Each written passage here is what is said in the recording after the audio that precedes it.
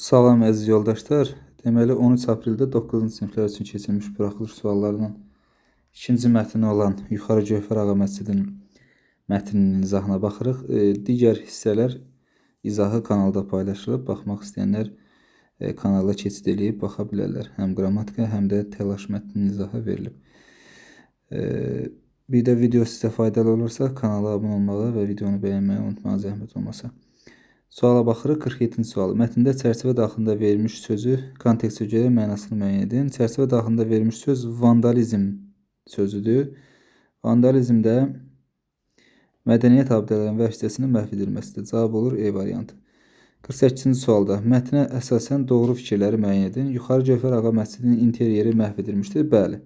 Bu doğrudur. 1-ci Qarabağ müharibəsində bir çox məmurlar qabda erməni vandallarından xilas oldu. 1-ci yox, 2-ci Qarabağ müharibəsində də 2 çıxdı. Memarlıq abidəsi əsasında Şuşa şəhərinin yaradılması tarixi haqqında məlumat almaq olur. Bu da doğrudur. Cavab olur 1-3 variantı. Şuşa qalasının divar rəsmləri şair rəssam bir Mövsüm Nəvvab tərəfindən Şuşa qalası yox, məscidin divarları.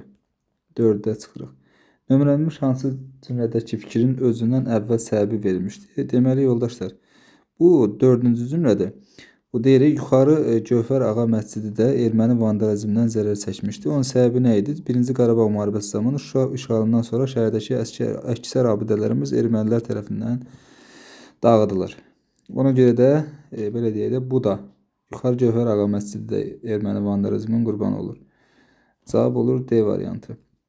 50-ci sual. Pənahəli xan Qamışdan məscid tikdirir. Bu Pənahəli xana aiddir. A-nı yazırıq 1-ə. Şuşa qalasının qurucusudur. Bu da Pənahəli xana aiddir. B-ni də yazırıq.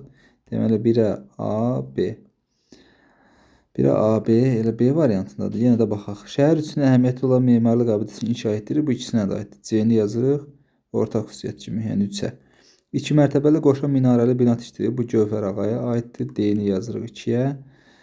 Tikdirdiyi binanın minarələrindən ciddi ziyan vurulmuşdur. Bu da elə Gövhər Ağanın tikdirdiyinə aiddir. Cavab olur B variantı. 51-ci sual. Üzərində rəqəm yazılmış sözlərə əsasən cədvəldəki doğru fikirləri müəyyən edin. Deməli, erməni işğalçılar dağıtdı. Bu dağıtmaq həqiqi mənadadır. Deyir, mətndə digər mənada işlənsin. Sel körpünü dağıtmışdı. Bu da eyni mənadadır. Biri çıxırıq. Yanlışdır yəni. Məcazi mənada işlənməyib.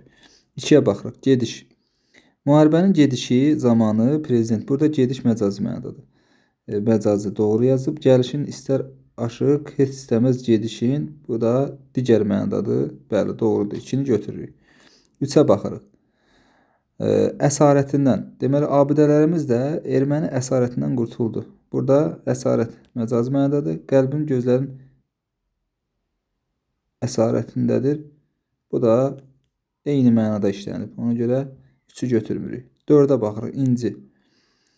Memarlığın incilərindən olan Yuxarı Gövhər Ağa. İnci məcazi mənadadır. Görək həqiqi mənada işlənirmi? Digər mənada. İnci elə parıldaydı ki, bəli.